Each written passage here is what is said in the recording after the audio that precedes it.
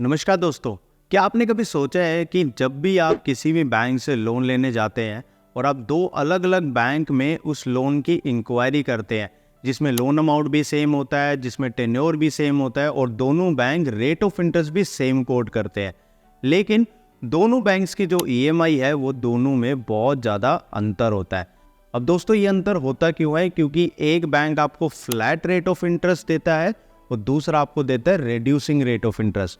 और इन दोनों rate of interest में से कौन सा आपको चूज करना चाहिए और क्यों चूज करना चाहिए, आज हम इसी चीज के बारे में इस वीडियो में बात करेंगे।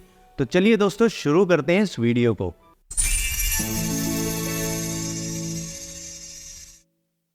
तो दोस्तों आज हम इस फ्लैट और रिड्यूसिंग रेट ऑफ इंटरेस्ट के डिफरेंस को एक एग्जाम्पल से समझेंगे और इस एग्जाम्पल के लिए आपको मैं लेके चलूंगा गूगल पे। अब दोस्तों मान लीजिए कि आपको एक 10 लाख रुपए का कार लोन लेना है 7 साल के लिए और उस पर दोनों बैंक जो है 10% का रेट ऑफ इंटरेस्ट आपको कोट कर रहे हैं। अब दोस्तों यहाँ पर देखिए लोन अमाउंट हमने 10 लाख डाला है, रेट ऑफ इंटरेस्ट 10% है और टेन्योर भी हमने 7 साल का डाला है। अब यहाँ पर देखिए फ़र्क क्या है कि फ्लैट रेट ऑफ इंटरेस्ट में जो है आपको बैंक ईएमआई कोट कर रहा है 20,238 रुपये और वहीं पर अगर हम बात करें रिड्यूसिंग पे तो रिड्यूसिंग पे आपको कोट कर रहा है 16,601 रुपये।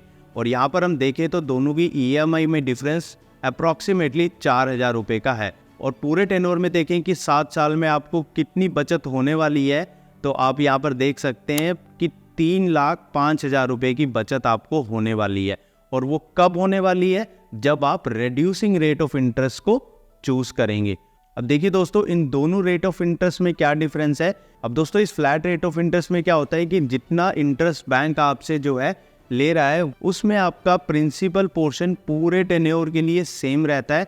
यानी कि जैसे अगर हम देखें यहाँ पर 10 लाख रुपए का लोन था, इस पर 10% सालाना बैंक आपसे इंटरेस्ट चार्ज कर रहा था, तो आपका जो साल का इंटरेस्ट है वो कितना बना 1 लाख रुपीज़। और उसको हम 7 से अगर हम मल्टीप्लाई कर ले, क्योंकि 7 साल के लिए आप लोन ले रहे हैं, तो टोटल इंटरेस्ट आपका कितना बनता है 7 लाख रुपीज़। लेकिन दोस्तों रिड्यूसिंग रेट ऑफ इंटरेस्ट में क्या होता है कि जितनी ईएमआई आप हर महीने जमा करते हैं बैंक में, उस ईएमआई में कुछ पोर्शन आपका प्रिंसिपल का होता है और कुछ पोर्शन आपका इंटरेस्ट का होता है।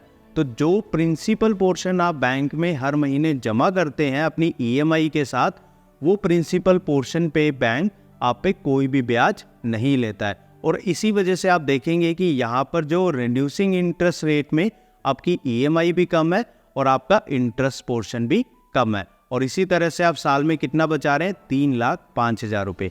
तो दोस्तों जब भी आप किसी भी बैंक से कोई भी लोन ले तो आप वहाँ पर ये चीज़ ज़रूर पता करें कि आपको वो फ्लैट रेट ऑफ इंटरेस्ट दे रहे हैं या फिर रिड्यूसिंग रेट ऑफ इंटरेस्ट दे रहे हैं।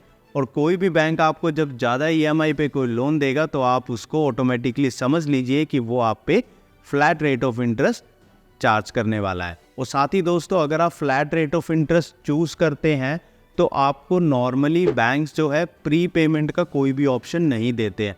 और अगर आपके पास बीच टेन्योर में कोई पैसा इकट्ठा हो जाता है और आप चाहते हैं कि वो लोन अमाउंट में जमा कर दें, तो अगर आप उसको लोन अमाउंट में जमा कर भी देते हैं तो भी बैंक आपसे जो है पूरे टेन्योर के लिए इंटरेस्ट लेता है। यानी कि बैंक ने आपको जब 10 लाख का लोन दिया 7 साल के लिए, जिस पर बैंक आपसे 7 लाख रुपए का इंटरेस्ट ले रहा था, तो अगर आप उसको पहले पे कर भी देते हैं तो भी बैंक आपसे पूरे टेन्योर का 7 लाख रुपए इंटरेस्ट लेने वाला है।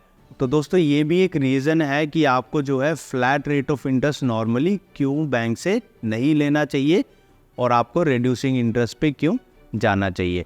दोस्तों ये सब था कि फ्लैट रेट ऑफ इंटरेस्ट और रिड्यूसिंग रेट ऑफ इंटरेस्ट में से कौन सा आपके लिए ज़्यादा बेनिफिशियल है। और अगर दोस्तों आपके मन में कोई भी सवाल आता है तो आप हमारे टेलीग्राम चैनल से जुड़कर आप वहाँ पर ज़रूर लिख सकते हैं।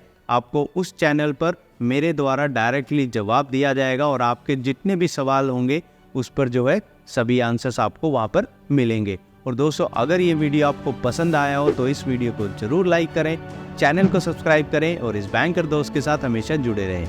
धन्यवाद।